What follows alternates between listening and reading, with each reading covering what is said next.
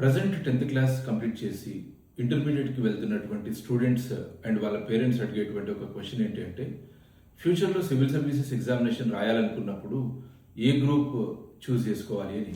దీన్ని యూపీఎస్సీకి సంబంధించినటువంటి అఫీషియల్ డేటాని బేస్ చేసుకొని మీకు ఎక్స్ప్లెయిన్ చేస్తాను. 2022లో సివిల్స్కి సెలెక్ట్ అయినటువంటి క్యాండిడేట్స్లో 53% ఇంజనీరింగ్ బ్యాక్గ్రౌండ్ నుంచి ఉన్నారు, అట్లాగే 29% హ్యుమానిటీస్ నుంచి ఉన్నారు, 11.2% సైన్స్ బ్యాక్గ్రౌండ్ వాళ్ళు ఉన్నారు, 6.7% మెడికల్ సైన్సెస్ నుంచి ఉన్నారు.